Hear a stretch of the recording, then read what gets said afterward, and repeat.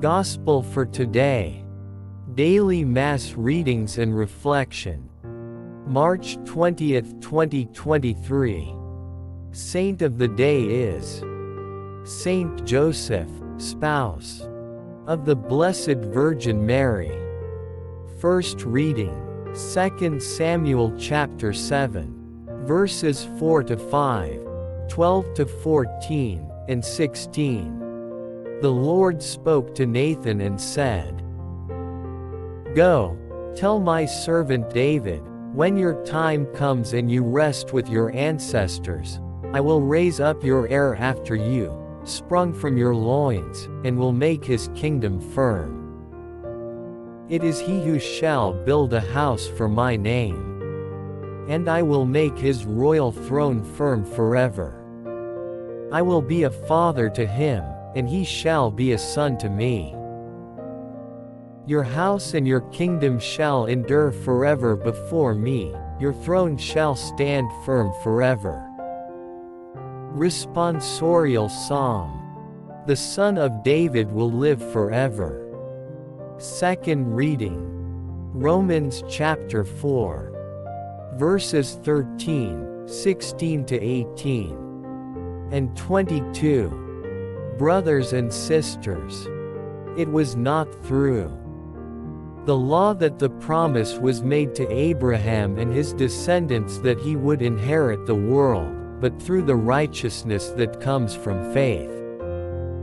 For this reason, it depends on faith, so that it may be a gift, and the promise may be guaranteed to all his descendants. Not to those who only adhere to the law but to those who follow the faith of Abraham, who is the father of all of us, as it is written, "I have made you father of many nations." He is our Father in the sight of God, in whom he believed, who gives life to the dead and calls into being what does not exist. He believed, hoping against hope, that he would become the father of many nations, according to what was said, "Thus shall your descendants be." That is why it was credited to him as righteousness. Gospel. Matthew chapter 1, verses 16, 18 to 21, and 24, or Luke chapter 2, verse 41 to 51. Jacob was the father of Joseph, the husband of Mary. Of her was born Jesus, who is called the Christ. Now this is how the birth of Jesus Christ came about. When his mother Mary was betrothed to Joseph, but before they lived together, she was found with child through the Holy Spirit. Joseph, her husband, since he was a righteous man, yet unwilling to expose her to shame, decided to divorce her quietly. Such was his intention when, behold, the angel of the Lord appeared to him in a dream and said, "Joseph, son of David, do not be afraid to take Mary your wife into your home. For it is through the Holy Spirit that this child has been conceived in her.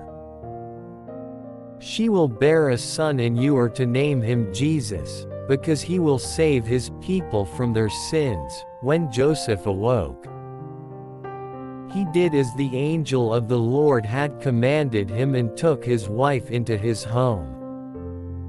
Reflection. A righteous man.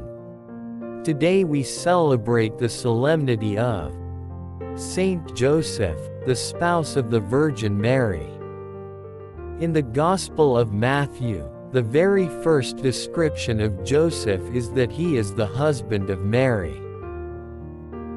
Being the husband of Mary is connected to another description of Joseph as a righteous man, dikaios. Let us focus our reflection on Joseph's righteousness. Joseph's righteousness surpasses the letters of the Mosaic Law, Deuteronomy chapter 22. Verse 21 to 24. He decides not to expose Mary to shame. The Matthean text is very clear that Mary was found with a child through the Holy Spirit. Joseph, in such difficult situation, allows himself to be guided by the Holy Spirit, enabling him to participate in God's salvific plan. Does our devotion to Saint Joseph make us truly righteous Christians? Does our righteousness surpass the letters of the law? Do we allow the Holy Spirit to guide us that we may truly participate in God's salvific plan?